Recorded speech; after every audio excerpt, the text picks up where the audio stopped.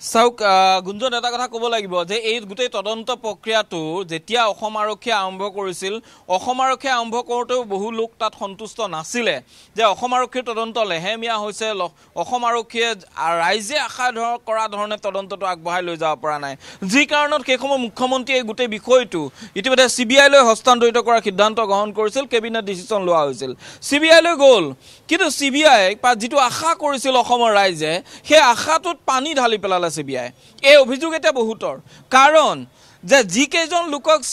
অসম আৰক্ষীয়ে গ্ৰেপ্তাৰ কৰিছিল সেই লোককেইজন বিৰক বাদ দি CBI আৰু কাৰো প্ৰতি CBI কাকো গ্ৰেপ্তাৰ কৰিব নোৱাৰিলে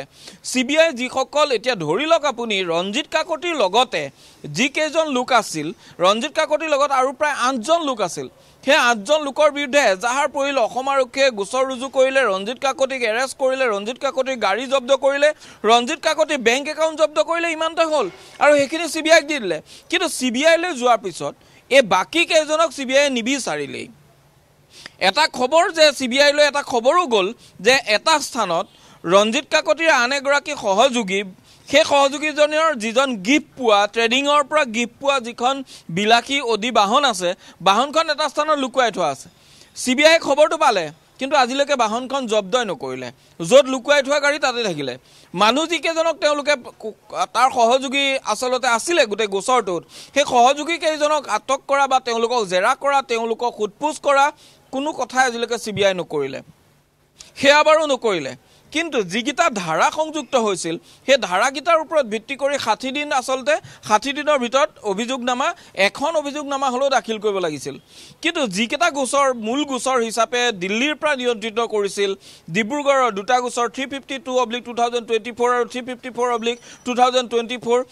TFLৰ যিটো গোচৰ হেতু তাৰ সমান্তৰালকৈ তেজপুৰৰ যিটো গোচৰ আছিল যিজনৰ মোহন ৰাভা নে কি নাম আছিল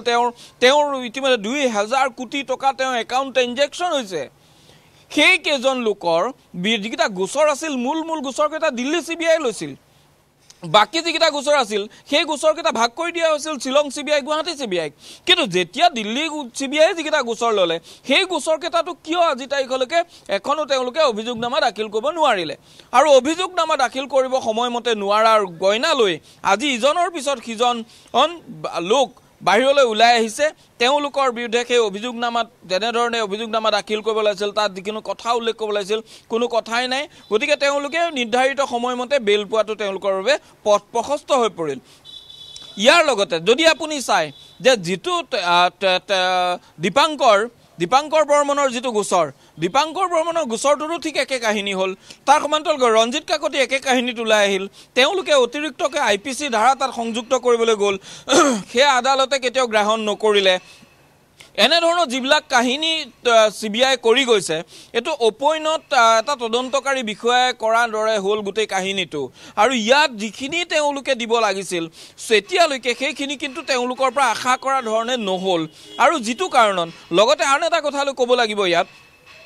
এতিয়ালৈকে আজিৰ যিকিটা যি 8খন পিটিশনৰ শুনানি হৈছিল সেই 8খন পিটিশনৰ 5জনে অগ্ৰিম ইতিমধ্যে তেওঁলোকে জামিন লাভ কৰিছে এজনে স্বাস্থ্যজনিত কাৰণত পাইছে আৰু বাকি কেইজনে ইতিমধ্যে গ্ৰাউণ্ডত পাইছে গতিকে স্বাস্থ্যজনিত কাৰণত পোৱাজনক আমি যদি বাদু দিওঁ বাকি কেইজনক তেওঁলোকে কিন্তু বান্ধি ৰাখিব পৰাকৈ বেল অবজেকশন দাখিল কৰি আদালতক কনভিন্স কৰোৱাত কৰবাত নহয় কৰবাত CBI বিফল হৈছে আৰু CBI এই বিফলতাৰ কাৰণ হিচাপে এতিয়ালৈকে আমি বিফলতাৰ কাৰণটো কি ফহিয়া এই মুহূৰ্তলৈকে এটো কাৰণে ক'ব নোৱাৰো কেইটামান মুহূৰ্তৰ পূৰ্বে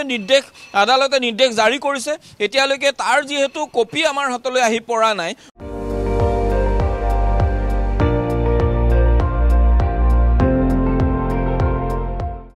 আপুনি চাই আছে ND24